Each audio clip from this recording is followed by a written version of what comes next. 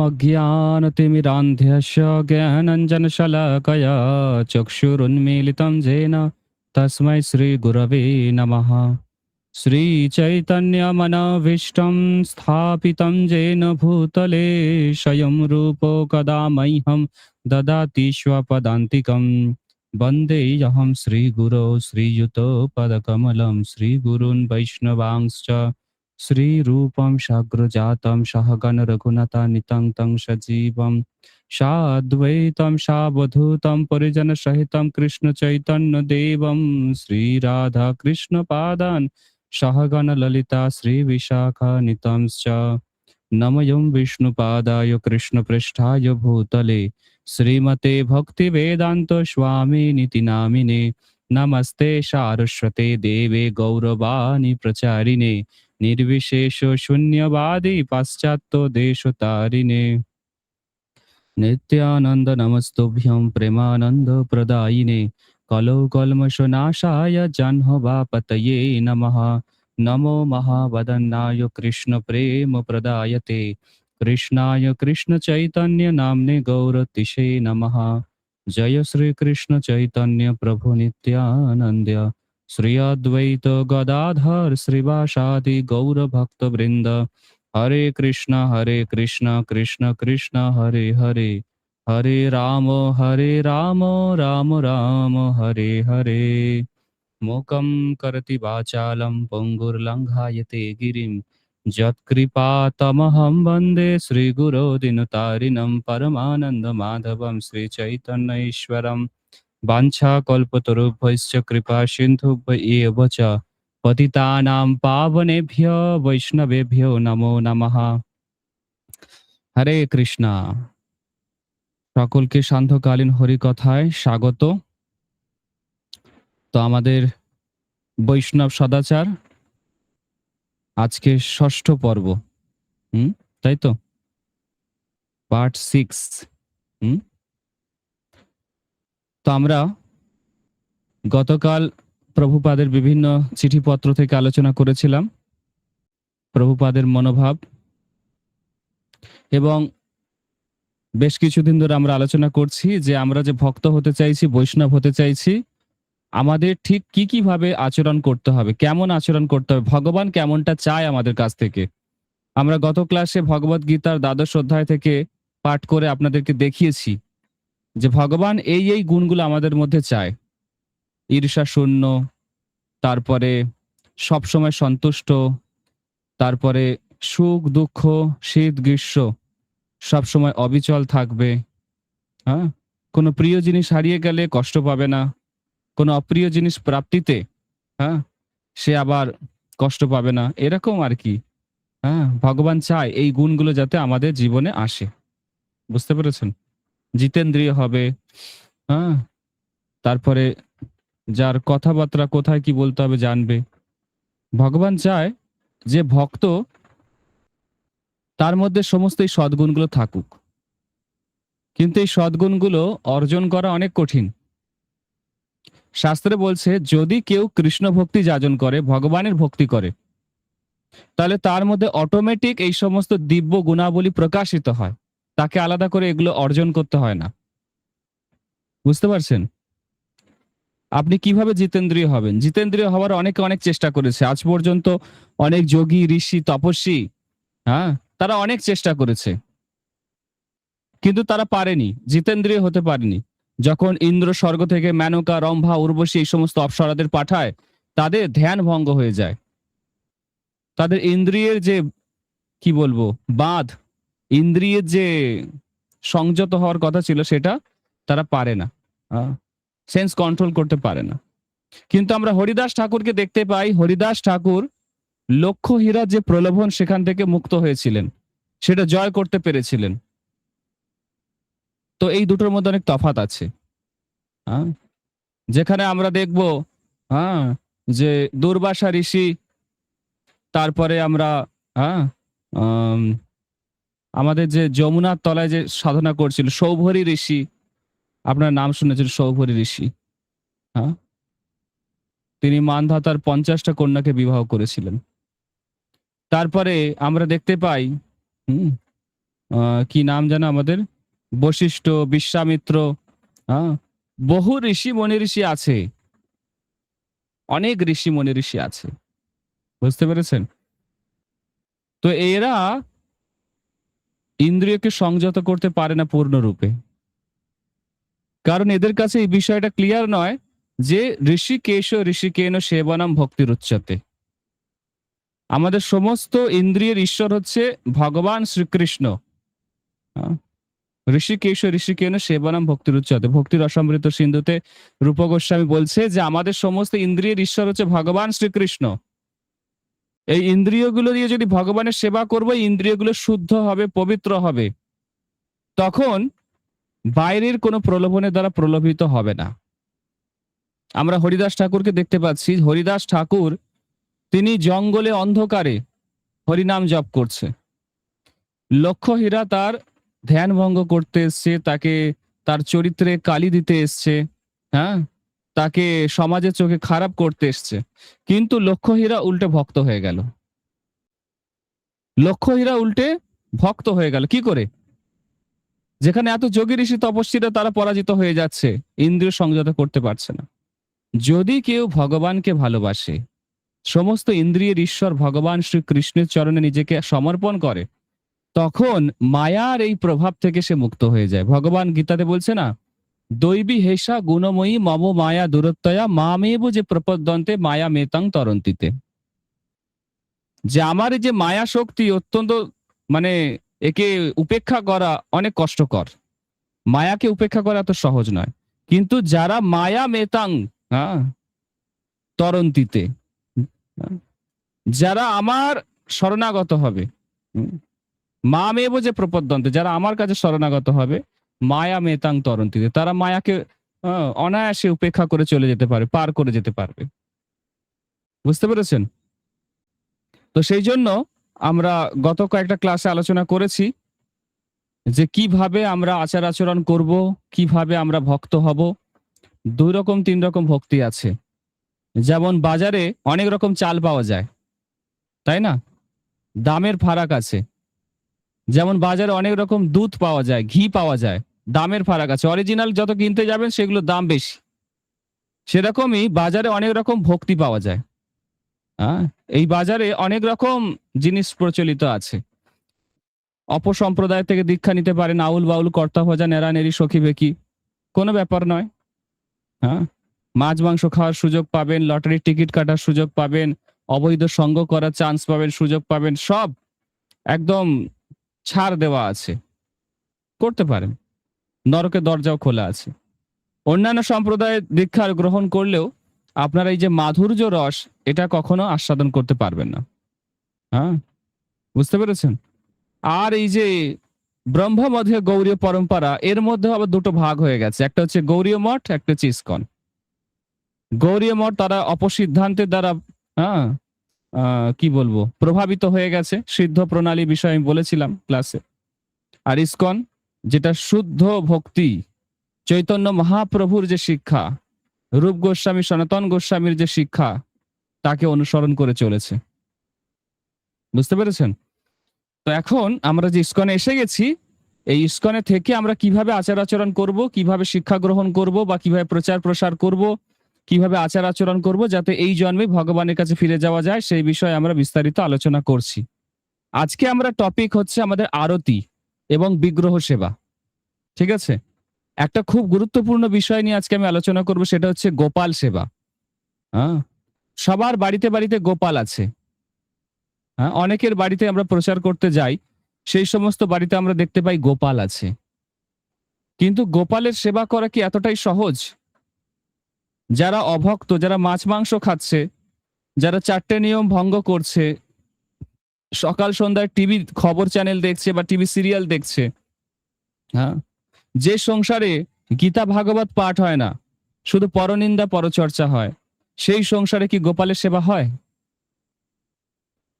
আমরা কোথাও কালীঘাটে, দক্ষিণেশ্বরে, মথুরা, বৃন্দাবন ঘুরতে গিয়ে গোপাল পছন্দ হলো, একটা পিতলের গোপাল কিনে নিয়ে চলে এলাম, আর বাড়িতে সিংহাসনে রেখে কালী, দুর্গা, মনসা, শীতলার সঙ্গে পুজো করতে শুরু করে দিলাম।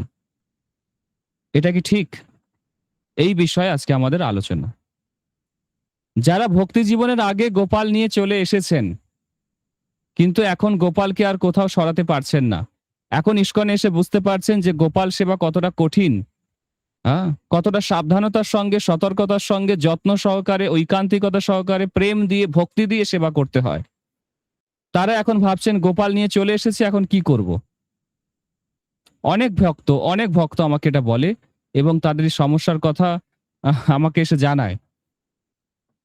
অনেকে মন্দিরে দিতে চায় গোপালকে, অনেকে আবার কোথাও নেমন্তন্ন বাড়িতে বা কোথাও নিমন্ত্রণ আছে, কোথাও ঘুরতে যাবে, তখন গোপালকে মন্দিরে রেখে যায়। বুঝতে পেরেছেন? এরকম অনেক দেখেছি আমি, বা অনেক সময় আমরা দেখেছি পাশের বাড়িতে রেখে যায় যে তুমি আজকে আমার গোপালকে দেখো, আমি একটু ঘুরে আসি। তো এগুলো ঠিক কি না? এগুলো একদম ঠিক না। বুঝতে পেরেছেন? একটা কথা আছে, সেটা হচ্ছে আগ্রহ, তারপর হচ্ছে বিগ্রহ, তারপর হয় গলগ্রহ। প্রথমে খুব আগ্রহ সহকারে বিগ্রহ কিনে নিয়ে চলে আসে, তারপরে সেটা গলগ্রহ হয়ে যায়, বার্ডেন হয়ে যায়, বোঝা হয়ে যায়। ভগবানের সেবা পূজা সঠিকভাবে হয় না। তাছাড়া এটা বুঝতে হবে যে প্রভুপাদ আমাদেরকে মাধুর্য রসের আস্বাদন করাতে চাইছে। প্রভুপাদ চায় যে আমরা যেন ভালো করে ভক্তি করে ব্রজ প্রেম লাভ করতে পারি। ব্রজ প্রেম, হ্যাঁ, আপনারা ওই রাধাকৃষ্ণ প্রাণমর যুগল কিশোর এই ভজনটা, জয় রাধে জয় কৃষ্ণ জয় বৃন্দাবন, এই সমস্ত ভজনে শুনে থাকবেন। সেখানে বলছে জয় জয় উজ্জ্বল রস সর্বরস সার, পরকীয় ভাবে যা ব্রজেতে প্রচার। ঠিক বললাম গোপাল? হ্যাঁ। তো ঔজ্জ্বল রস বা হচ্ছে ব্রজ রস, ব্রজ প্রেম, ব্রজ প্রেম, গোপিকাদের সঙ্গে ভগবানের যে সম্বন্ধ, এটা যে সর্বশ্রেষ্ঠ রস। 12টা রসের মধ্যে আমি গতকাল বলেছিলাম 7টা গৌণ রস, 5টা মুখ্য রস। 5টা মুখ্য রসের মধ্যে শান্তদাস সখ্য বাৎসল্য মধুরের মধ্যে মধুর রস শ্রেষ্ঠ, মাধুর্য রস শ্রেষ্ঠ। আর ইস্কন এই মাধুর্য রসে ভগবানের সাথে আদান প্রদান যাতে করা যায়, সেরকম একটা সংযোগ সূত্র জীবকে প্রদান করছে। আমাদের ইস্কনে যত পরম্পরা, আমাদের যে ব্রহ্মমধীয় গৌরী পরম্পরা আচার্যবর্গ, তারা সবাই মাধুর্য রসে ভগবানের সঙ্গে সম্পর্কিত। বুঝতে পেরেছেন? প্রভুপাদ বলেছেন প্রত্যেকের উদ্দেশ্য হচ্ছে ব্রজে গিয়ে ভগবানের সেবা করা, গোলক বৃন্দাবনে ফিরে গিয়ে, হ্যাঁ, গোপী স্বরূপে ভগবানের সেবা করা। বুঝতে পেরেছেন? গোপীদের মতো ভগবানের সেবা করা, এটা হচ্ছে হাইয়েস্ট পারফেকশন। কিন্তু আপনি যদি গোপালের সেবা করেন, সেটা হচ্ছে বাৎসল্য রসের সেবা। যেমন মা যশোদা, নন্দ বাবা, তারা ভগবান কৃষ্ণের যে সেবা করে, এটা হচ্ছে বাৎসল্য রসের সেবা। নিজের সন্তান মনে করে ভগবানকে সেবা পূজা করা, ঠিক আছে? এটা হচ্ছে বাৎসল্য রসের সেবা। আমাদের ইস্কনে আহ আপনি কোনো মন্দিরে সেরকম গোপাল বিগ্রহ দেখতে পাবেন না।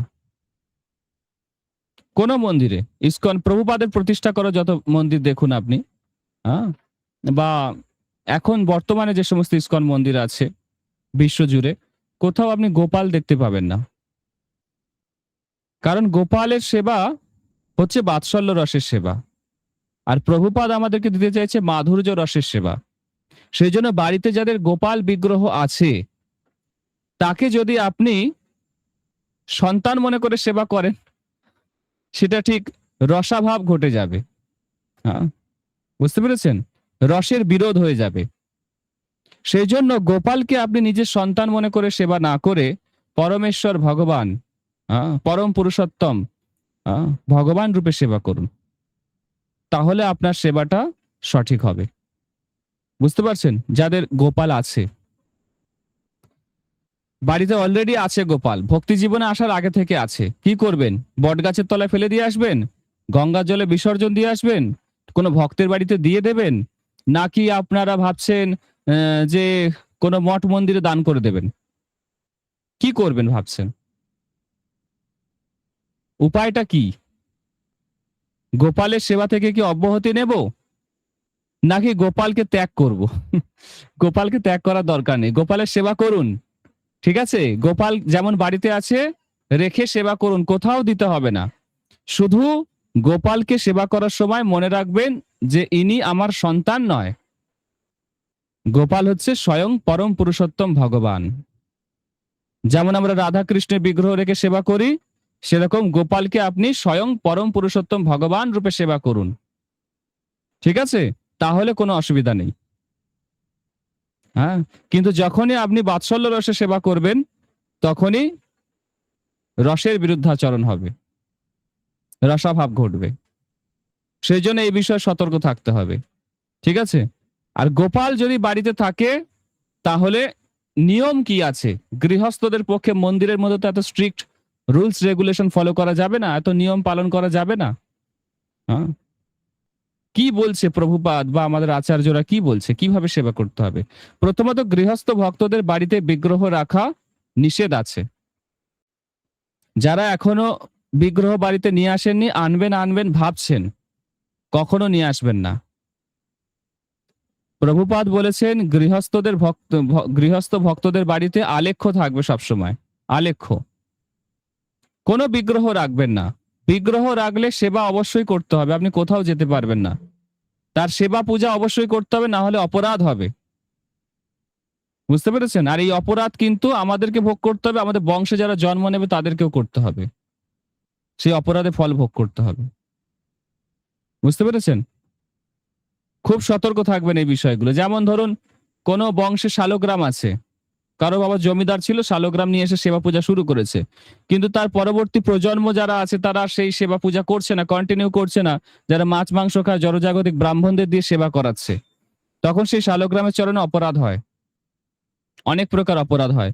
এর ফলে বংশে অনেক প্রকার অঘটন ঘটে, অপমৃত্যু হয়, অনেক সমস্যা হয়, এবং মৃত্যুর পরেও অনেক সমস্যা হয়। বুঝতে পেরেছেন? শালগ্রাম সাক্ষাৎ ভগবান, সঠিক নিয়মে সেবা পূজা করা উচিত। সেরকমই যাদের বাড়িতে গোপাল আছে, আপনারা কি করবেন? গোপালকে কোথাও দিয়ে আসার দরকার নেই, আপনারা বাড়িতে রেখে সেবা পূজা করুন। কিন্তু অবশ্যই চেষ্টা করবেন যেন প্রতিদিন পঞ্চগব্য পঞ্চামৃত দিয়ে অভিষেক করা যায়। হ্যাঁ, বুঝতে পেরেছেন? পঞ্চগব্য মানে দুধ, দই, ঘি, আর কি? গোচনা, গোময়।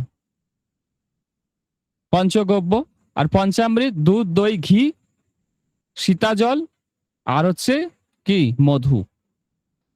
পঞ্চামৃত। তুলসী পত্র সহযোগে, হ্যাঁ, দক্ষিণাবর্ত শঙ্খ বা জল শঙ্খ দিয়ে অভিষেক করবেন।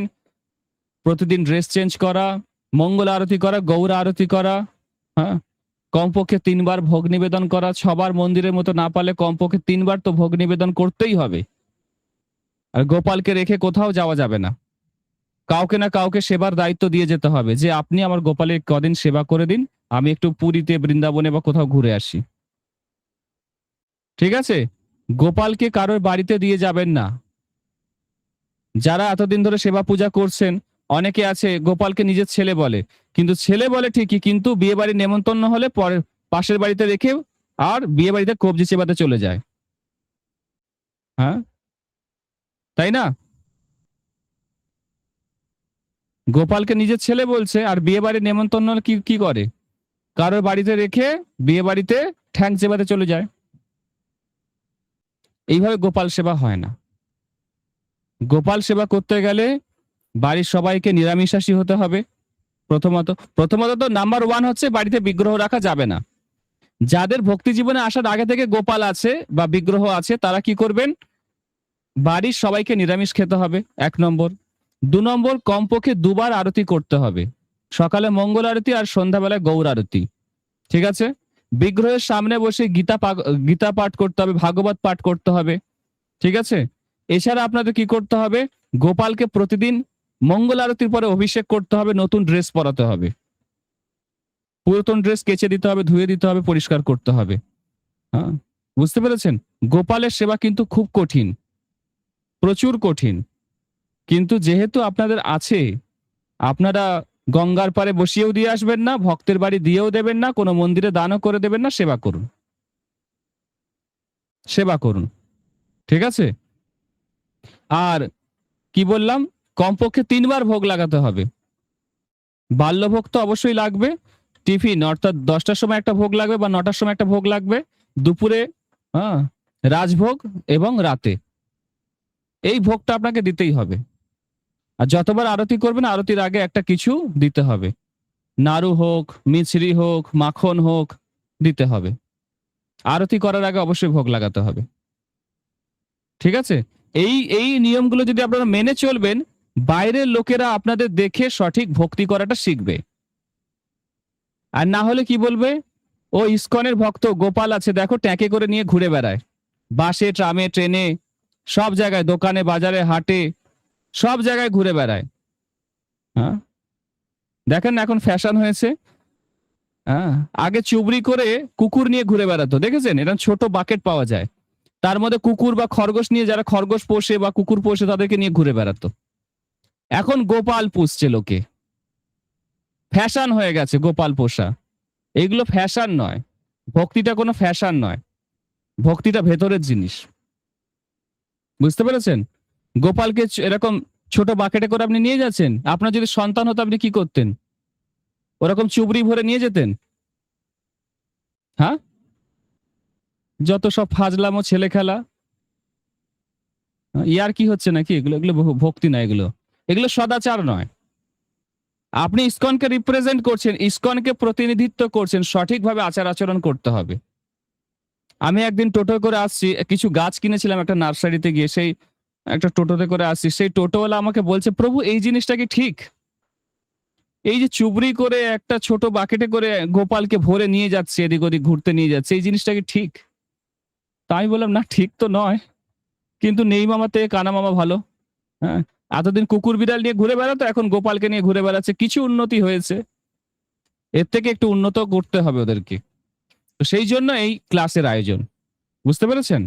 গোপালকে কখনো বাড়ির বাইরে নিয়ে যাবেন না।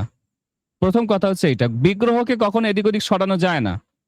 যখন খুশি মনে হলো আমার একটা অন্নপ্রাশনে নেমন্তন্ন পড়েছে, ছাদ্য বাড়ির নেমন্তন্ন পড়েছে, একটা বিয়ে বাড়ির নেমন্তন্ন পড়েছে, যাই পাশের বাড়ি কারো বাড়িতে রেখে ঠ্যাং চেবাতে চলে যাই, এরকম যেন না হয়।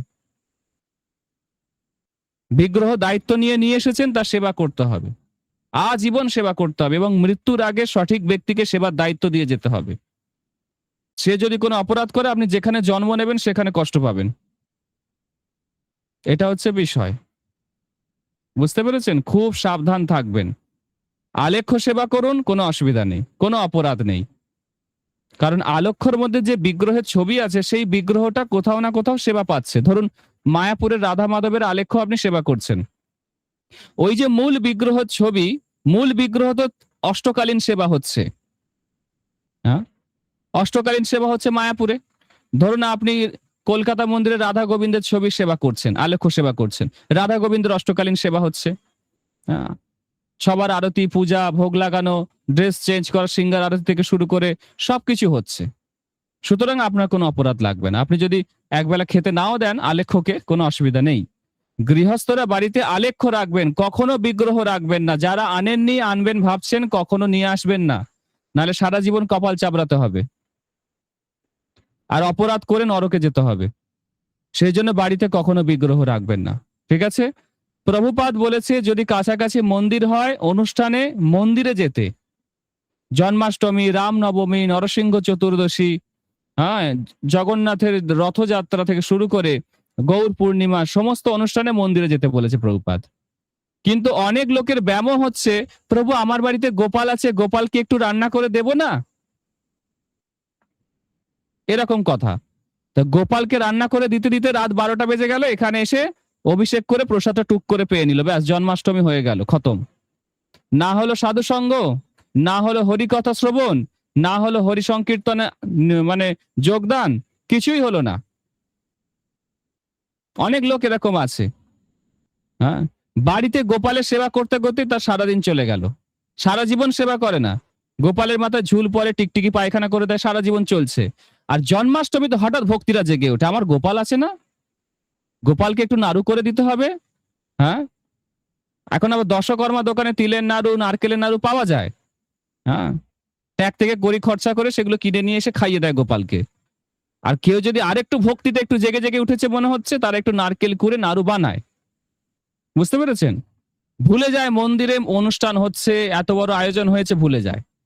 এটা গুরুদেবের চরণে অপরাধ, প্রভুপাদের চরণে অপরাধ, বৈষ্ণবদের চরণে অপরাধ, গোপালের চরণেও অপরাধ।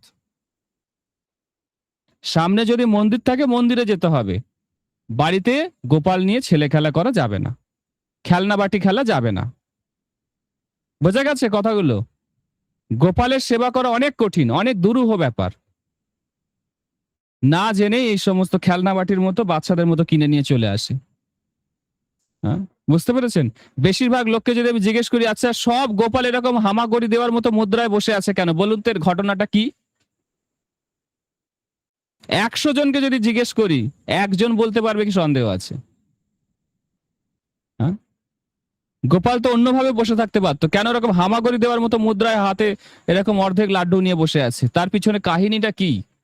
কেউ বলতে পারবে না, কেউ বলতে পারবে না। আবার এক একজনের বাড়িতে একটা গোপাল নয় গো, 1 ডজন করে গোপাল আছে, ডজন খানেক গোপাল, গোপালের মার্কেট। হ্যাঁ, এরকম কত লোকের বাড়িতে আমি যাই, তো মানে দেখে দেখে আমার মানে চক্ষু চড়ক গাছ হয়ে যায়। হ্যাঁ, একটা গোপাল, দুটো, আমি গুনতে শুরু করি, গাঁট গুনে কটা গোপাল আছে, একটা, দুটো, তিনটে, চারটে, পাঁচটা, ছটা, সাতটা, আটটা, নটা, 10, ও বাবা ওই তাকের ওপরে একটা, ও বাবা ওই খাটের ওপরে একটা, ও বাবা ওই গদির ওপরে একটা, কত গোপাল রে! বলছে প্রভু সব লোকে আমাকে দিয়ে যায়, আমাকে লোকে গোপালের মা বলে, গোপালের মা। আচ্ছা গোপালের মা আপনি, আচ্ছা তা সম্পত্তিটা গোপালের নামে দিয়ে যাবেন না মেয়ের নামে, নাতির নামে দিয়ে যাবেন? হ্যাঁ, সবাই যখন আদর করে গোপালের মা বলছে, তাহলে গোপালকে সম্পত্তিগুলো সব দিয়ে যাবেন। তার বেলা গোপালের বেলা কাঁচকলা। হ্যাঁ, সম্পত্তি সব 14 পুরুষের লাউ খোলা ছেলে মেয়ে সবার নামে দিয়ে যাবে, আর লোকে বলছে গোপালের মা। এরকম আছে। এই সমস্ত ফাজলামো করার কোনো দরকার নেই। হ্যাঁ, এইসব দেখে দেখে ইসকনের বদনাম হয়। আর কি হয়, মানুষ সদাচার থেকে ভ্রষ্ট হয়ে যায়। এগুলো সদাচার নয়। আসল সদাচার কি? গৃহস্থ ভক্তের কর্তব্য মন্দিরে আসা, যে কোনো অনুষ্ঠানে মন্দিরে এসে যোগদান করা, সেবাতে অংশগ্রহণ করা। আর বাড়িতে যাদের অনেক আগে থেকে 4 পুরুষ 5 পুরুষ ধরে বিগ্রহ আছে, সেই সমস্ত বিগ্রহের নিষ্ঠা সহকারে সেবা পূজা করা। মাসে একবার বাড়িতে বৈষ্ণবদের ডাকা, হরি কীর্তন করানো, হরি নাম দেওয়া, ভাগবত পাঠ করানো উচিত। সেই বিগ্রহ খুশি হয়, সেই বংশের কল্যাণ হয়। বেশিরভাগ বাড়িতে বিগ্রহ আছে, লক্ষ্মীনারায়ণের বিগ্রহ আছে, গোপালের বিগ্রহ আছে, শালগ্রাম আছে, সারা বছর ধরে টিকটিকি পায়খানা করছে, ঝুল পড়ে যাচ্ছে। বুঝতে পেরেছেন? এই সব দেখে দেখে আমার চোখে কালি পড়ে গেল একদম। তো এইরকম ইয়ার্কি ফাজলামো করবেন না। যাদের গোপাল আছে, গোপালগুলো ভালো করে সেবা করুন। প্রতিদিন পঞ্চগব্য পঞ্চামৃত দিয়ে অভিষেক করবেন। বুঝতে পেরেছেন? এবারে বলবেন প্রভু পঞ্চগব্য কোথায় পাবো, আমার আশেপাশে তো গরু নেই, কোথায় পঞ্চগব্য পাবো? কিছু না পেলে গঙ্গা জলে তুলসী পাতা দিয়ে একটু অগরু, কর্পূর, চন্দন দিয়ে একটু গোলাপ জল দিয়ে অভিষেক করে দেবেন। বোঝা গেছে? এটাকে বলে শুদ্ধোদক স্নান। কিছু না পেলে সামান্য গঙ্গা জলের মধ্যে একটা তুলসী পাতা দেবেন, একটু অগরু, কর্পূর, চন্দন, একটু গোলাপ জল দিয়ে গোপালকে অভিষেক করিয়ে নরম রুমাল দিয়ে মুছিয়ে ভালো পোশাক পরাবেন, দিয়ে প্রতিদিন ভোগ লাগাবেন। মঙ্গল আরতির পরে এটা করবেন। হ্যাঁ, প্রতিদিন গোপালকে শৃঙ্গার করতে হবে। ঠিক আছে? গোপালের জন্য প্রায় ডজন খানেক পোশাক কিনে রাখবেন, প্রতিদিন চেঞ্জ করে করে পরাবেন। সোমবারে যেমন সাদা পরাতে হয়, রবিবারে লাল পরাতে হয়, শনিবারে কালো পরাতে হয়। এরকম সব ভক্তির হরিভক্তি বিলাসে এই সমস্ত দেওয়া আছে, কোন দিনে কি রঙের পোশাক পরাতে হয়, তবে জীব সেই ভগবানের প্রতি আকর্ষিত হয়। এগুলো শিখতে হবে, জানতে হবে। তাহলে বৈষ্ণব সদাচারে এটা একটা দিক, যে বাড়িতে বিগ্রহ সেবা বা বাড়িতে আলেখ্য সেবা কিভাবে করতে হয়। অনেকের বাড়িতে আলেখ্য আছে, আমি দেখি সঠিকভাবে নামহট্ট যেভাবে শিখিয়েছে বা আমাদের ইসকন গুরু পরম্পরা যেভাবে শিখিয়েছে, সেইভাবে তারা আলেখ্য রাখে না। বুঝতে পেরেছেন? অনেক বাড়িতে দেখি ওপরে জগন্নাথ আছে, ঠিক আছে, তার উপরে নৃসিংহ আছে, তার উপরে হয়তো হ্যাঁ রেখে দিয়েছে রাধা মাধবকে। আবার অনেক বাড়িতে গিয়ে দেখি গুরু পরম্পরা নেই, দীক্ষিত ভক্ত গুরু পরম্পরা নেই। অনেক বাড়িতে গিয়ে দেখি গুরু পরম্পরা তো আছে, কিন্তু তার পাশে বড় বড় দুটো প্রভুপাদ আর গুরু মহারাজা আলেখ্য আছে। আমি বলি এই দুটো কেন? বলছে ভোগ লাগানোর জন্য নিচে নামিয়ে রাখি। হ্যাঁ, তো এইরকম অনেক কিছু আছে। সিদ্ধান্তটা কি জানতে হবে। সিদ্ধান্তটা হচ্ছে সবার উপরে মূল বিগ্রহ থাকবে বা মূল আপনি যাকে সব থেকে বেশি ভালোবাসেন সে থাকবে। ঠিক আছে? কারো বাড়িতে ধরুন শুধু জগন্নাথ আছে, জগন্নাথের আলেখ্য আছে আর গুরু পরম্পরা আছে, চলবে, কোনো অসুবিধা নেই। ঠিক আছে? আপনি ভগবানের দিকে তাকালে ডান দিকে তুলসী গাছ থাকতে হবে। ঠিক আছে? আর যদি কারোর এরকম সব থেকে প্রিয় হয় গৌর নিতাই, গৌর নিতাই রেখে বা পঞ্চতত্ত্ব রেখে গুরু পরম্পরা রাখা যেতে পারে। কিন্তু আসল বিষয়টা কেমন হবে? সবার উপরে রাধা মাধব থাকবে, তার নিচে জগন্নাথ থাকবে, বাঁদিকে থাকবে কি নৃসিংহদেব, সরি গৌর নিতাই, আর ডান দিকে থাকবে নৃসিংহদেব। মানে আপনি যে ভগবানের দিকে তাকিয়ে আছেন আপনার হিসাবে বলছি আমি। ঠিক আছে? আপনি যে দাঁড়িয়ে আছেন আপনি দেখবেন যে ভগবান আছে সবার উপরে রাধা মাধব, আর তার নিচে জগন্নাথ বলরাম সুভদ্রা, আর বাদিকে আছে গৌর নিতাই, ডান দিকে নৃসিংহদেব। ঠিক আছে? আর নিচে গুরু পরম্পরা, ডান দিকে তুলসী গাছ। তুলসী গাছ যেন গুরু পরম্পরার নিচে না থাকে। অনেক বাড়িতে এটা ভুল করে, আমি দেখেছি। অনেকদিন হয়ে গেছে দীক্ষা হয়েছে, দেখছি গুরু পরম্পরার নিচে তুলসী গাছ। গুরু পরম্পরার নিচে তুলসী গাছ রাখা যাবে না। গুরু পরম্পরা যে আলেখ্য আছে তার একটু ওপরে যেন তুলসী গাছ থাকে। এগুলো খেয়াল করতে হবে। বাড়িতে ধরুন কোনো বাইরের লোক এসেছে, দেখলো আছে ইসকনের এরকম অল্টার হয়, এরকম তাদের মন্দির হয়, এরকম আমি সাজাবো, তার মানে সেও ভুল করবে। আপনার বাড়িটাও ইসকনের একটা প্রচার কেন্দ্র, সেই জন্য সেই বাড়িতে নিয়ম নিষ্ঠা সঠিকভাবে পালন করতে হবে। বিগ্রহ বা আলেখ্য যাই থাকুক সঠিকভাবে তার সেবা যত্ন করতে হবে। অনেকে মনে করে, অনেকে সেই সকালে ফুল দিয়েছিল আর বাসি হয়ে শুকিয়ে গেল, রাতে একদম তোলার সময় তুলছে। এরকম করা যাবে না। বিকেল 4টের সময় যখন দর্শন খুলবেন তখন সেই বাসি ফুলগুলো সরিয়ে ফ্রেশ ফুল দিতে হবে, টাটকা ফুল দিতে হবে। আর যদি না থাকে সেগুলো তুলে নেওয়া উচিত। বাইরের লোক যেন এসে না দেখে যে শুকিয়ে যাওয়া ফুল ভগবানের চরণে পড়ে আছে। ঠিক আছে? এটা খেয়াল রাখতে হবে। এছাড়া কি করতে হবে? আলেখ্য ডেলি গোলাপ জল দিয়ে মুছতে হবে। যাদের বাড়িতে আলেখ্য আছে ভাবছেন আলেখ্য থাকলে তো ব্যাস হ্যাপা চুকে গেল, না সেরকম নয়। এটা গোলাপ জলের শিশি কিনে রাখবেন, আর তুলো দিয়ে হোক, নরম রুমাল দিয়ে হোক, সুতির রুমাল দিয়ে হোক, প্রতিদিন আলেখ্য মুছতে হবে। শুধু সামনেরটা চকচকে করে মুছলাম আর পিছনে ঝুলের দাগ এরকম যেন না হয়, পিছনটাও মুছতে হবে আলেখ্য। বুঝতে পেরেছেন? খুব সুন্দর করে আলেখ্য সেবা করতে হবে। আর কি করতে হবে? গুরু পরম্পরার চরণে ফুল দিতে হবে প্রতিদিন। হ্যাঁ, এগুলো ডেলি করতে হবে। তুলসী গাছের সঠিকভাবে যত্ন করতে হবে। হ্যাঁ, এগুলো অবশ্যই। আর অনেকে দেখি তুলসী গাছ সেই সকালবেলা আরতির সময় নিয়ে এলো, একদম রাতে তুলসী গাছকে বাইরে রেখে আসছে। এরকম না।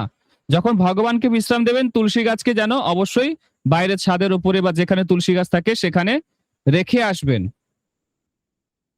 ভগবান বিশ্রামে আছে সেখানে তুলসী গাছ ভেতরে রাখার দরকার নেই। ঠিক আছে? এই বিষয়গুলো মনে রাখতে হবে। এগুলো অনেকেই ভুল করেন। হ্যাঁ, এছাড়া আর কি কি করবেন? সকালে ঘুম থেকে উঠে সবার আগে বিগ্রহ কক্ষে যাওয়ার আগে স্নান, দ্বাদশঙ্গে তিলক এবং আচমন করবেন। ঠিক আছে? আচমন করার আগে শিখা বেঁধে নেবেন। অনেকে কি করে? আচমন করার পরে শিখা বাঁধে। এটা ভুল। স্নান করে এসে প্রথমে আচমন করবেন, জলকে শুদ্ধ করবেন। ব্রাহ্মণ দীক্ষিত হলে তাকে মুদ্রা দেখাতে হবে, না হলে মুদ্রা দেখাতে হবে না। শুধু গঙ্গে চ যমুনে চৈব গোদাবরী সরস্বতী নর্মদে সিন্ধু কাবেরী জলেস্মিন সন্নিধিং কুরু আপনি অঙ্গুরীয় মুদ্রা দেখিয়ে করতে পারেন। মানে আপনার মধ্যমা আঙুল স্পর্শ করে বা অনামিকা আঙুল স্পর্শ করে জলকে শুদ্ধ করবেন, কিন্তু জল শুদ্ধ করার সময় খেয়াল রাখতে হবে যেন নখ না থাকে জলের মধ্যে। যদি জলের মধ্যে নখ ঠেকে যায় তাহলে সেই জল আর আচমন করার যোগ্য হয় না। অনেকে জলের মধ্যে আঙুল ঢুকিয়ে দিয়ে একদম গঙ্গে চ যমুনে চৈব বলে, এটা নয়। নখ যেন না থাকে, নখ কাটতে হবে রীতিমতো রেগুলার। অন্তত সোমবার বুধবার নখ কাটতে হবে, নখ যেন জলে না থাকে, আচমনের জলে, তাহলে সেই জল দূষিত হয়ে যাবে। এটা খেয়াল রাখতে হবে কিন্তু। ঠিক আছে? আচমন করবেন, তারপর তিলক করবেন। তিলক করার সময় মন্ত্র উচ্চারণের সঙ্গে সঙ্গে তিলক করতে হবে। কপালে যখন তিলক পরবেন বলতে হবে মুখে ওম কেশবায় নমঃ। তারপরে নাভিতে যখন করবেন ওম নারায়ণায় নমঃ, বুকে যখন করবেন ওম মাধবায় নমঃ, গলায় যখন করবেন ওম গোবিন্দায় নমঃ, বলতে হবে, উচ্চারণ করতে হবে। এমন না যে সব করে নেওয়ার পরে একটু ছুঁয়ে ছুঁয়ে বলে দিলাম, এরকম অনেকে করে। তিলক করে নিল আর ছুঁয়ে ছুঁয়ে বলছে ওম কেশবায় নমঃ, ওম নারায়ণায় নমঃ, ওম মাধবায় নমঃ, ওম গোবিন্দায় নমঃ। না, এরকম না। তিলক করবেন আর অন্তত ২ বার ৩ বার করে উচ্চারণ করবেন। এটা খুব অসপিশিয়াস, এইভাবে করা উচিত। ঠিক আছে? আবার তিলক করার পর আবার আচমন করবেন। ২৪ আচমনের ভিডিও আমি প্রশ্ন করুন উত্তর পাবেন গ্রুপে দিয়েছি। আপনারা দেখে নেবেন। ২৪ আচমন কি করে করতে হয়। ২৪ আচমন হয়ে গেল। তারপরে কি করবেন? শিখা বাঁধবেন। হ্যাঁ? সরি, তিলক করার পরে শিখা বাঁধবেন। দাদুর সঙ্গে তিলক হয়ে গেল, তারপর শিখা বাঁধবেন। হ্যাঁ? তারপরে আচমন করবেন। ঠিক আছে? আচমনের আগে শিখা বাঁধতে হবে। মনে থাকবে? আচমনের পরে নয়। এটা খেয়াল রাখবেন। হুম? এবার শিখা বাঁধার পরে আপনি আচমন করে নিলেন। আচমন করার পরে একটা মন্ত্র আছে। কি মন্ত্র আছে?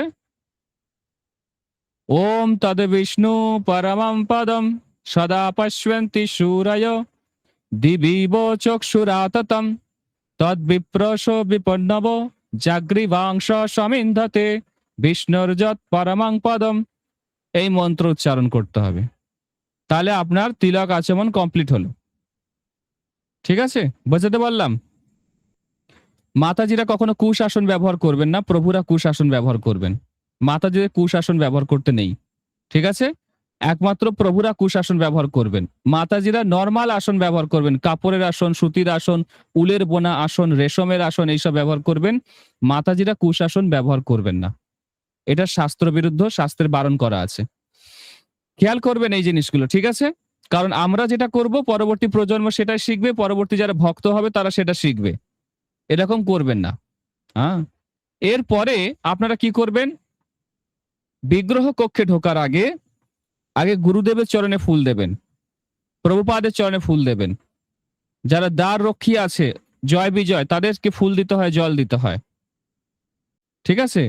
তারপরে ৩টে তালি দিয়ে বিগ্রহ কক্ষে ঢুকতে হয়। বিগ্রহ কক্ষে লাইট জ্বালাতে হয়। ভগবানকে শয়ন থেকে তুলতে হয়। ভগবানকে আচমন, পাদ্যম, অর্ঘ্যম দিতে হয়। ভগবানকে দন্ত ধাবন করাতে হয়। তারপর ভগবানকে বাল্যভোগ দিতে হয়। বাল্যভোগ কি লাগাবেন? বাল্যভোগ কখনো ফল দেবেন না। অনেক ভক্তদের কিছু নেই, ফল দিয়ে দেয় ভগবানকে বাল্যভোগে। ফল দেবেন না। বাল্যভোগ সবসময় মিষ্টান্ন জাতীয় কিছু হবে। সন্দেশ, রসগোল্লা, কোনো মিষ্টি বা মিছরি, মাখন, এগুলো তুলসী সহযোগে দিতে হয়। ঠিক আছে? মনে থাকবে এগুলো? না ভুলে যাবেন আবার? বাল্যভোগে কখনো ফল দেবেন না, টক জাতীয় কোনো জিনিস দেবেন না। এগুলো শাস্ত্র বিরুদ্ধ। হ্যাঁ? এবারে ভগবানকে যে বাল্যভোগ দিলেন, ভোগ লাগানোর নিয়ম অনেকে জানে না। শর্টকাটে ভোগ লাগায়। ছেলে স্কুলে যাবে, স্বামী অফিসে যাবে, তাড়াহুড়ো করে। যেন দিতে হয়, দিতে হবে জাস্ট। হ্যাঁ, গরম গরম দিয়ে তুলসী পাতা দিয়ে ধুমধাম করে ঘন্টা বাজিয়ে দিল, ব্যাস হয়ে গেল। ভগবান তুই খেলে খা, নাহলে ফেরত দিয়ে দেয় তাড়াতাড়ি। আমার স্বামী অফিসে যাবে। হ্যাঁ? ভগবান যেন বাবার চাকর, না এরকম নয়। ভগবানকে প্রেম দিয়ে ভক্তি লাগাতে হবে, মানে ভোগ লাগাতে হয়। হ্যাঁ, নিয়ম আছে। ভোগ লাগানোর একদম লং প্রসেস আছে। একটু হালকা করে বলছি, বেশি বলবো না। ব্রাহ্মণ দীক্ষা নিলে আর বেশি বলবো। হালকা করে বলছি। ভোগ লাগানোর আগে জায়গা পরিষ্কার করতে হবে। ভোগ লাগানোর টেবিল পরিষ্কার করতে হবে। সেখানে আসন পাততে হবে গুরুদেবের, ভগবানের। হ্যাঁ? আসন পাততে হবে, তাতে ফুল দিতে হবে। গুরুদেবকে আবাহন করতে হবে, ভগবানকে আবাহন করতে হবে। ভোগ লাগানোর সময় ভগবানের মুখের বাঁশি খুলে দিতে হবে, যাদের গোপাল আছে। বাঁশি খুলে রাখবেন। ঠিক আছে? টুপি খুলে রাখবেন। ভোগ লাগানোর সময় সবসময় বিগ্রহের মুকুট খুলে রাখতে হয়, পাগড়ি খুলে রাখতে হয়, আর বাঁশি সরিয়ে রাখতে হয়। এটা যেন মনে থাকে। ঠিক আছে? তারপরে বিগ্রহকে আবাহন করলেন, গুরুদেবকে আবাহন করলেন, তারপরে ভোগের থালা নিয়ে আসবেন। হ্যাঁ? ঠিক আছে? গুরুদেবকে আচমন করাবেন, তারপরে পাদ্যাম দেবেন, পা ধুইয়ে দেবেন। ঠিক আছে? ভগবানকেও একইভাবে মুখ ধুইয়ে দিতে হবে। হ্যাঁ? ধরুন ইদাম আচমনিয়ম শ্রীম ক্লিম রাধা কৃষ্ণাভ্যাম নমঃ, এরকম বলতে হয়। হ্যাঁ? আপনারা শ্রীম ক্লিম উচ্চারণ করবেন না, যেহেতু আপনারা ব্রাহ্মণ দীক্ষিত নন। আপনারা ইদম আচমনিয়াম শ্রী শ্রী রাধা কৃষ্ণাভ্যাম নমঃ এরম বলবেন। ঠিক আছে, মনে থাকবে। এরকম করে গৌরনীতায়, জগন্নাথ বলরাম সুভদ্রা সবাইকে এইভাবে আচমন করাবেন, পাদ্যাম দেবেন। তারপরে কি করতে হবে, ওই যে ভোগের থালা, ব্রাহ্মণ দীক্ষিত হলে তাকে কিছু মুদ্রা দেখাতে হয়। চক্র মুদ্রা, গালিনী মুদ্রা, ধেনু মুদ্রা, মৎস্য মুদ্রা, হ্যাঁ, এবং কুর্ম মুদ্রা, সরি মৎস্য মুদ্রা দেখাতে হয়। এগুলো দেখাতে হয়, দেখালে সেই ভোগটা শুদ্ধ হয়ে যায়। হ্যাঁ, কিছু মুদ্রা আছে জলকে শুদ্ধ করে, কিছু মুদ্রা আছে খাবারকে শুদ্ধ করে। 5টা মুদ্রা আছে, সেই 5টা মুদ্রা দেখাতে হয়। তো আপনারা ব্রাহ্মণ দীক্ষিত যেহেতু নন, আপনারা দেখাবেন না। আপনারা কি করবেন, জল শঙ্খের মধ্যে গঙ্গা জল দিয়ে সেই গঙ্গা জল প্রত্যেকটা আইটেমের মধ্যে একটু একটু করে দেবেন। ঠিক আছে, বা একটু হাতে গঙ্গা জল নিয়ে ওম অস্ত্রায় ফট বলে সমস্ত খাবারের মধ্যে দিয়ে দিতে পারেন, শুদ্ধ হয়ে যাবে এটা। তারপরে তুলসী পত্র প্রত্যেকটা আইটেমে দিতে হবে। দিয়ে গুরুদেবের প্রণাম মন্ত্র 3 বার, প্রভুপাদের প্রণাম মন্ত্র 3 বার, তারপরে মহাপ্রভুর প্রণাম মন্ত্র 3 বার, তারপরে ভগবানের প্রণাম মন্ত্র 3 বার, নম ব্রহ্মণে দেবায়। এটা বলার পরে গুরুদেবকে বলতে হবে, ভগবান গুরুদেব আমি যেটা বানিয়েছি অনেক ভুল ত্রুটি আছে, কৃপা করে এটা আপনি ভগবানকে নিবেদন করে দিন। তো গুরুদেব যখন দেখবেন যে তোমার রান্নার মধ্যে নুন দাওনি বা ঝাল দাওনি বা কিছু করনি, তখন গুরুদেব সেটা সংযোজন করে, ওর মধ্যে অ্যাড করে। বুঝতে পেরেছেন? ধরুন আপনি অন্ন দিয়েছেন, হ্যাঁ, নুন লঙ্কা দিতে ভুলে গেছেন, লেবু দিতে ভুলে গেছেন, গুরুদেব ওটা দিয়ে দেয়, দিয়ে তারপর ভগবানকে ভোগ লাগায়। ধরুন আপনি 4টে-5টা আইটেম দিয়েছেন, গুরুদেব ওর মধ্যে আরো অনেক আইটেম অ্যাড করে, দিয়ে প্রভুপাদকে দেয়, প্রভুপাদ আরো কিছু আইটেম অ্যাড করে তার গুরুদেবকে দেয়। এইভাবে 56 ভোগ করে ভগবানের কাছে যায় রাধারানীর মাধ্যমে। বোঝাতে পারলাম? সেজন্য সরাসরি ভগবানকে আমরা অ্যাপ্রোচ করতে পারি না, গুরুদেবের মাধ্যমে আমরা ভোগ ভগবানকে নিবেদন করব। ঠিক আছে, এবারে সবসময় মনে রাখতে হবে বাল্য ভোগ কমপক্ষে 5 মিনিট থাকবে ভগবানের কাছে। যদি টিফিন হয় 15 মিনিট থাকবে, 9টার ভোগ 15 মিনিট, দুপুরের ভোগ 20 মিনিট, রাজভোগ 20 মিনিট ভগবানের কাছে রাখতে হবে, রাতের ভোগ অবশ্যই 15 মিনিট রাখতে হয় ভগবানের কাছে। তারপরে 3 বার হাততালি দিয়ে ভেতরে যাবেন, ভেতরে গিয়ে সেই যে প্রসাদ সেটা গুরুদেবকে নিবেদন করতে হবে। ভগবানকে আচমন পাদ্যম করে দিয়ে রুমাল দিয়ে মুখ মুছিয়ে ভগবানকে সিংহাসনে বসতে অনুরোধ করতে হবে। গুরুদেবকে, প্রভুপাদকে অর্পণ করতে হবে, সমস্ত বৈষ্ণবদের সেই ভোগ অর্পণ করতে হবে, এবং তারপরে সেটা আপনি নিয়ে এসে আপনার যে রান্না করা খাবার সেগুলোর সঙ্গে মেশাবেন, সেখান থেকে আপনি সার্ভিং করবেন। এটা হচ্ছে শিষ্টাচার, এটা হচ্ছে সদাচার।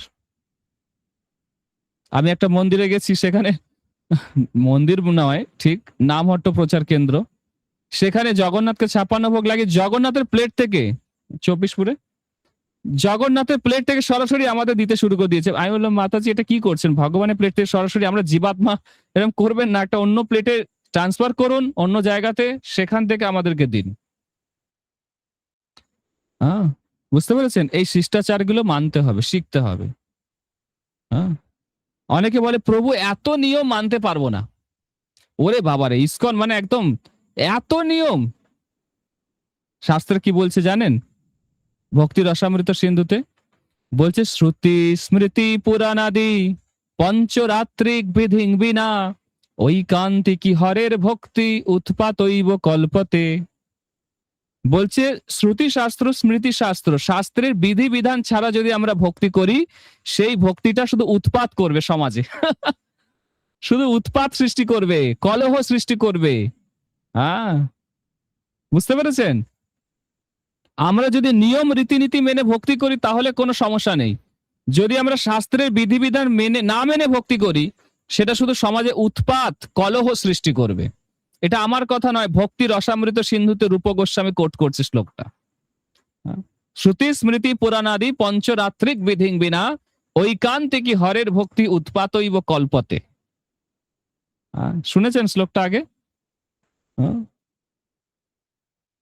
ভগবানের ভক্তিটা সমাজে উৎপাত করতে পারে, উৎপাত সৃষ্টি করতে পারে, যদি সেটা বিধিবিধান, নিয়ম, নিষ্ঠা, সদাচার মেনে না হয়। এই যে গোপালের বিগ্রহ সেবা বললাম না, এটা উৎপাত, এক প্রকার উৎপাত। উৎপাত নয় তো কি বলুন? আপনি বিগ্রহ নিয়ে বাসে উঠেছেন, শিয়ালদা শিয়ালদা শিয়ালদা শিয়ালদা, কত মুসলিম ঠেলে আপনাকে চলে গেল, একদম বাস থেকে নেমে গেল, বিগ্রহকে ছুঁয়ে দিল, নে হয়ে গেল। বিগ্রহ সেবার মান অত্যন্ত উন্নত, প্রভুপাদ স্ট্যান্ডার্ড অত্যন্ত হাই দিয়ে গেছে। প্রভুপাদ যা সেবা দিয়ে গেছে, বিগ্রহ সেবা 24 ঘন্টা লাগবে সেবা করতে। সেখানে হ্যাঁ, গোপালকে ভ্যানিটি ব্যাগে ভরে নিয়ে চললো বিয়ে বাড়ির নেমন্তন্ন খেতে। এরকম যেন না হয়, প্লিজ এরকম করবেন না, এতে ইসকনের নিন্দা হয়, বৈষ্ণব সমাজের কলহ, বৈষ্ণব সমাজে কলঙ্ক লাগে। এটা আমাদের গৌরীয় পরম্পরাতে কলঙ্ক লেগে যায় যে ইসকনের ভক্তরা এরকম ভ্যানিটি ব্যাগে করে গোপাল নিয়ে বিয়ে বাড়িতে নেমন্তন্ন খেতে চললো। এরকম যেন না হয়, প্লিজ এগুলো করবেন না। সঠিক নিয়ম মেনে, শিষ্টাচার মেনে ভক্তি করুন। বুঝতে পেরেছেন? এই হলো বিগ্রহ। হুম। এরপরে এই ভোগ লাগানো একটা ছোট্ট বললাম, মানে সংক্ষেপে বললাম, একদম সংক্ষেপে। এরপরে হচ্ছে আরতি। আরতি, অনেকের আরতি করা এক এক রকম। এক একজন আরতি করে অনেকক্ষণ ধরে, আবার এক একজন আরতি করে অতি কম সময়। দুটোই ঠিক নয়। প্রভুপাদ আরতি করার সঠিক সময় বেঁধে দিয়েছেন, যে গৌর আরতি মঙ্গল আরতি করতে খুব জোর 25 মিনিট সময় লাগবে, 20 থেকে 25 মিনিট পূর্ণ আরতি। তারপরে নৃসিংহ আরতি 5 থেকে 7 মিনিট, তুলসী আরতি 5 থেকে 7 মিনিট। প্রভুপাদ সময় বেঁধে দিয়েছেন পুরো একদম। হ্যাঁ, মন্দির হলে অনেক লোক আছে, একটু কীর্তন বেশি করে করানো হলো, জানি পাপী লোকগুলো জীবনে মন্দিরে আসবে না, অ্যাক্সিডেন্টালি চলে এসেছে, একটু বেশি করে কীর্তন করাই। তো এই জন্য ভক্তরা একটু বেশি করে কীর্তন করে, যাতে তারা একটু নাচন কোদন করে একটু যায় এবং মনে থাকে না ইসকন মন্দিরে গেছিলাম, অনেক ফুর্তি করেছিলাম, আবার ভবিষ্যতে আসবে। এই জন্য ভক্তরা একটু বেশিক্ষণ ধরে কীর্তন টীর্তন করে। কিন্তু বাড়িতে এইরকম স্ট্যান্ডার্ড আছে, প্রভুপাদ এরকম সময় বেঁধে দিয়েছে যে তুমি যদি পূর্ণ আরতি করো, একদম ধূপ থেকে শুরু করে একদম ব্যজন, 20 থেকে 25 মিনিট, এর বেশি নয়। হ্যাঁ, ঠিক আছে, মনে থাকে যেন এই বিষয়গুলো। তবে আরতি যে করবেন, আরতি করার নিয়মটা কি? প্রথমত কালো ধূপ ব্যবহার করবেন না। কি বললাম? আরতি করার সময় অনেকে কালো ধূপ ব্যবহার করে, কালো ধূপ দিয়ে আরতি করে। ধূপ মূলত কালো কালারের হয়, কালো রঙের ধূপ দিয়ে আরতি করে। কালো রঙের ধূপ ব্যবহার করবেন না। আপনারা খয়েরি, ব্রাউন, এই সমস্ত কালারের যে ধূপগুলো পাওয়া যায় মার্কেটে, যেগুলোকে বলা হয় কি ধুনো ধূপ, বা ঘুঁটের ধূপ, এগুলো পাওয়া যায়, হ্যাঁ, ব্রাউন কালারে, সেগুলো ব্যবহার করতে পারেন। ঠিক আছে? ধূপ যে ব্যবহার করবেন সেগুলো কেমিক্যাল চোবানো না হয়ে যে যদি ন্যাচারাল হয় খুব ভালো হবে। হ্যাঁ, বুঝতে পেরেছেন? যদি না পান ব্যবহার করবেন, কিন্তু অবশ্যই কালো ধূপ ব্যবহার করবেন না। ঠিক আছে? এগুলো অনেকে জানে না।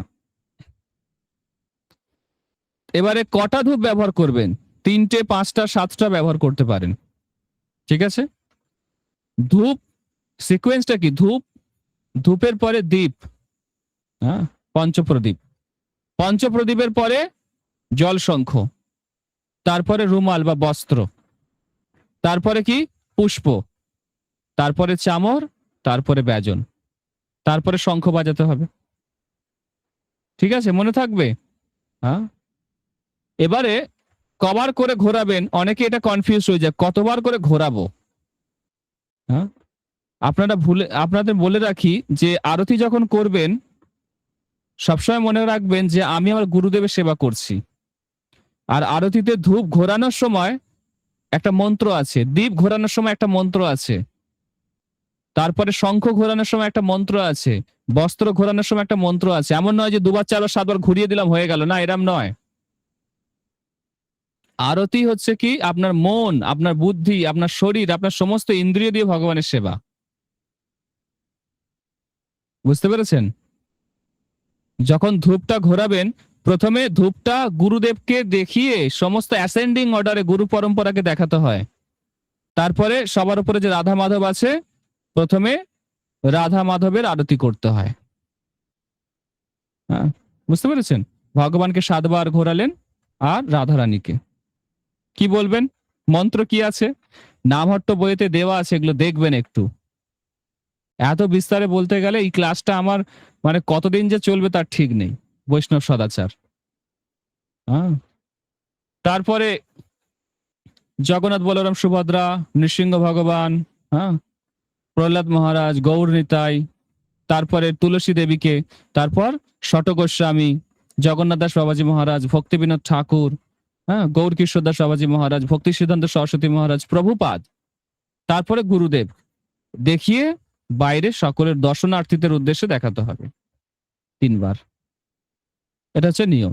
এইভাবে জল শঙ্খের আবার আলাদা নিয়ম আছে, রুমালের আলাদা নিয়ম আছে, ফুলের আলাদা নিয়ম আছে, কতবার করে ঘোরাতে হবে না করতে হবে, সেগুলো নামহট্ট বইটা আপনারা ফলো করবেন। সেখানে সংক্ষেপে কি করে আরতি করতে হয় সেগুলো দেওয়া আছে। ঠিক আছে? আমি এর আগে আমাদের মন্দিরে ভক্তদেরকে অফলাইন শিখিয়েছিলাম। ৩ দিনের কোর্স করিয়ে শিখিয়েছিলাম কি করে আরতি করতে হয়, কি করে ভোগ লাগাতে হয়, কি করে শয়ন দিতে হয় ভগবানকে। ঠিক আছে? এগুলো করবেন। আরতি এরকম নিয়ম আছে। এরপরে আরতির একটা জিনিস মনে রাখতে হবে যে আপনার যে গুরুদেবের আলেখ্য, আমি বলে দিচ্ছি নিয়মটা আপনারা অনেকেই জানেন না সেইজন্য বলছি। গুরুদেবের আলেখ্য সবসময় অল্টারে রেখে দেওয়া যায় না। গুরুদেবের আলেখ্য সাইড করে রাখতে হয় যাতে কেউ দেখতে না পায়। বুঝতে পেরেছেন? আরতির সময় শুধু গুরুদেবকে নিয়ে আসতে হয় এবং তারপরে আবার রেখে দিয়ে আসতে হয়। ভোগ লাগানোর সময় গুরুদেবকে নিয়ে আসতে হয়, আবার গুরুদেবকে রেখে দিয়ে আসতে হয়। এইরকম নিয়ম আছে। আপনি মায়াপুরে দেখবেন সেখানে কোনো গুরুদেবের ছবি আছে, শুধু প্রভুপাদ পর্যন্ত শেষ। যে কোনো মন্দিরে যান সেখানে একই দেখতে পাবেন। তাই না? কিন্তু আমাদের নামহট্ট প্রচার কেন্দ্রগুলোতে আমরা গুরু মহারাজের ছবি রাখি, কারণ নামহট্ট শুধুমাত্র গুরুদেবই প্রচার করছে, গুরু মহারাজ প্রচার করছে, সেই জন্য নামহট্টের মন্দিরগুলোতে গুরু মহারাজের আলেখ্য আছে এখন।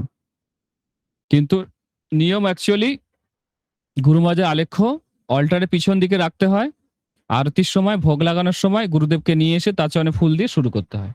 আরতির প্লেটে গুরু মহারাজের ছবি থাকে, ছোট্ট ছবি। মায়াপুরেও দেখবেন এরকমই সিস্টেম।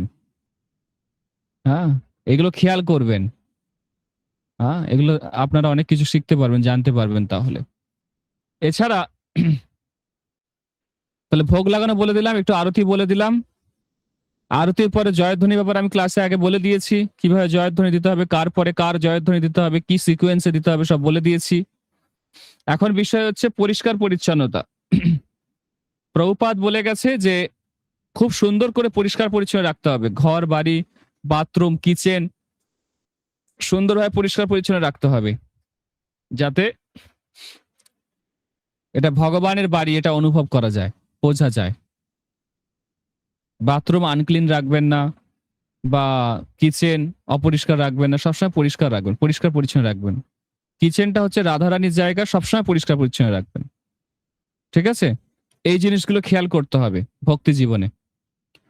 এছাড়া আরো অনেক গুরুত্বপূর্ণ জিনিস আছে, যেমন হচ্ছে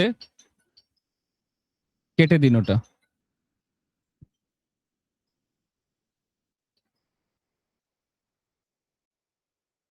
তো আর একটা খুব গুরুত্বপূর্ণ জিনিস হচ্ছে, সেটা হচ্ছে আমাদের যে আমরা গ্রন্থ কিনেছি, প্রভুপাদের গ্রন্থগুলো কিনি অনেকে, অনেকে প্রভুপাদের সমস্ত গ্রন্থ রেখে দিয়েছে। সেই গ্রন্থগুলো পরিষ্কার পরিচ্ছন্ন রাখতে হবে। আমরা যে গ্রন্থ পড়ি, প্রভুপাদের গ্রন্থ পড়ি, পড়ার সময় চেষ্টা করতে হবে যে ওই বইগুলো যেন পরিষ্কার পরিচ্ছন্ন থাকে। অনেকের বাড়িতে দেখেছি বই কিনেছে তার উপর ঝুল পড়ছে, এরকম যেন না হয়। প্রভুপাদের গ্রন্থ সাক্ষাৎ ভগবান, ভাগবত সাক্ষাৎ ভগবান, গীতা সাক্ষাৎ ভগবান থেকে অভিন্ন। এদেরকে যত্ন করতে হবে, মুছতে হবে, পরিষ্কার পরিচ্ছন্ন রাখতে হবে। এটাও সদাচার। ঠিক আছে? এগুলো সব খেয়াল রাখবেন। আচ্ছা, এবারে আপনাদের যদি কোনো প্রশ্ন থাকে আমাদেরকে বলুন, উত্তর দেওয়ার চেষ্টা করি। যদি কোনো প্রশ্ন থাকে বলুন। এখানে হরে কৃষ্ণ হরিকথা। প্রভু। বলছি ইয়েস একটা মাতাজি। প্রশ্ন, হ্যাঁ বলছি প্রভু, মঙ্গল আরতিটা যদি ওই মানে ৫টা ৫:৩০ কি ৬টার মধ্যে যদি করে হয় অসুবিধা হবে? আমি এটা বলেছি যদিও ক্লাসে যে গৃহস্থ ভক্তদের একটু কনসেশন দেওয়া আছে। আপনারা 4:30 বদলে 5টা করতে পারেন। 6টার পরে করাটা একটু দৃষ্টিকটু না, লাগে। না ৬ টার পরে না। মানে আমি বলছি ৬ টার মধ্যে হ্যাঁ, সব হ্যাঁ, হ্যাঁ। জিনিসটা যে ঠিক শেষ আছে, হয়ে গেল। মানে ঠিক আছে। তুলসী আরতি পর্যন্ত মানে ৬ টার মধ্যে। শেষ বলতে নেই, সম্পূর্ণ বলতে হয়। হ্যাঁ, সম্পূর্ণ। হ্যাঁ, প্রভু ধন্যবাদ। সম্পূর্ণ করবেন। ঠিক আছে। হরে সম্পূর্ণ। কৃষ্ণ। ঠিক আছে। ঠিক আছে, এখানেই থাকতে হবে অমৃত লাহরী। বদন ভরে বল সবে হরি, হরি। হরে কৃষ্ণা, হরে কৃষ্ণা, কৃষ্ণা কৃষ্ণা হরে হরে, হরে রাম, রাম রাম হরে হরে। একটা সবাইকে অনুরোধ যে অনেক ভক্ত আছে যারা এই বিষয়গুলো জানে না। যারা ভক্তি করছে কিন্তু এই বিষয়গুলো অতটা ডিটেইলসে জানে না। আপনারা তাদেরকে শেয়ার করতে পারেন এই বিষয়গুলো। ঠিক আছে? শুধু আপনারা শিখলেন, তাদেরকে বললেন না এরকম যেন না হয়। সবাইকে শেয়ার করুন। এই ক্লাসগুলোও শেয়ার করতে পারেন। ঠিক আছে? এবং যত বেশি মানুষের কাছে এগুলো আমরা প্রচার করতে পারবো, জানাতে পারবো, তত আমাদের ইসকনের ইউনিটি বাড়বে। আমরা প্রভুপাদের মুড মিশন অনুযায়ী সেবা পূজা করতে পারবো। আমাদের সবকিছুর মূল পারপাস তো গুরু গৌরাঙ্গকে সন্তুষ্ট করা। তাই না? সেটা যেন আমাদের হয়। হুম? আমরা ভক্তি করছি, বুঝতে পেরেছি ভক্তি করছি ঠিক আছে। কিন্তু সেটা মূল উদ্দেশ্য যেন গুরুদেবকে এবং মহাপ্রভুকে সন্তুষ্ট করার জন্য হয়। ঠিক আছে? যারা জানে না তাদের বিষয়গুলো জানান, শেখান। তবে একটা বিষয় যে অনেকে হয়তো এই বিষয়গুলো নিতে পারবে না ঠিক, সহ্য করতে পারবে না। এতদিন ধরে একরকম ভাবে ভক্তি করে এসছে। তারপরে এই টাগলা ছেলেটা কি উল্টোপাল্টা বকছে, হ্যাঁ? সেগুলো ইমপ্লিমেন্ট করা একটু কঠিন। কিন্তু আমি ২ টো বইয়ের রেফারেন্স আপনাদেরকে দিয়েছি। ইসকনে পঞ্চরাত্র প্রদীপ, নারদ পঞ্চরাত্র, বৈষ্ণব সদাচার, এই বইগুলো যদি আপনারা পড়বেন তাহলে এই বিষয়গুলো আপনাদের কাছে আরো পরিষ্কার হবে। আমি আর কতটা বলতে পারছি? আমার তো অনেক ত্রুটি আছে, বদ্ধ জীব। কিন্তু আপনারা আরো অনেক ভালো করে যে বিষয়গুলো জানতে পারবেন। সাক্ষী গোপাল বলুন প্রভু। প্রভু, সরি প্রভু। বলছি প্রভু, এই যে আপনি ক্লাসটা দিচ্ছেন, আমার চেনাশোনা অনেকেই আছে যারা ইসকনে নেই কিন্তু গোপাল সেবা করে, তা তাদেরকে দেবো প্রভু? Yes, why not? তারপরে কি রিঅ্যাকশন আসে সেটা তোমার দায়িত্ব, হ্যাঁ? সেটা আর আমাকে বলো না। কারণ অনেকে এটা শুনে অনেক হার্ট হবে, কষ্ট পাবে। হ্যাঁ? কারণ তারা একরকম ভাবে সেবা পূজা করে আসছে। হুম। নিয়ম তো অনেক কঠিন। সঠিকভাবে করা যেকোনো জিনিস অনেক কঠিন। যেমন দেখো না, ২ নম্বরি ভাবে পাস করা কত সহজ। তাই না? কিন্তু সৎভাবে পাস করা কত পড়াশোনা করতে হবে, কত কঠিন। এই দেখো না, এখন কোয়েশ্চেন পেপার লিক হয়ে যাচ্ছে। প্রত্যেকটা এক্সাম, বড়, বড় এক্সামে, সরকারি এক্সামে কোয়েশ্চেন পেপার লিক হয়ে যাচ্ছে। তো যেকোনো ভালো জিনিস করতে চাইবেন, সঠিকভাবে করবেন তো একটু কঠিন। কঠিন এখন মনে হচ্ছে, ভবিষ্যতে এরকম কঠিন মনে হবে না। অ্যাকচুয়ালি আমাদের ভক্তিপথটা এরকমই। প্র্যাকটিস করতে একটা সময় এটা প্রেমের বশে হতে শুরু হয়ে যাবে। যেমন এখন মঙ্গল আরতি উঠতে অনেক কষ্ট হয়, শীতকালে উঠতে কষ্ট হচ্ছে, বর্ষাকালে উঠতে কষ্ট হচ্ছে। মঙ্গল আরতি করতে মনে হয় যেন আরেকটু ঘুমাই। কিন্তু একটা সময় ভগবানকে এমন ভালোবেসে ফেলবেন, না উঠে থাকতে পারবেন না। সেটা হয়ে যাবে একসময়। বুঝতে পেরেছেন? ঠিক আছে। আজকে তাহলে ক্লাস এইখানে স্থগিত থাক। কারেন্ট চলে গেল। লোডশেডিং হয়ে গেল। হরে কৃষ্ণ। শিল প্রভুপাদ কি জয়।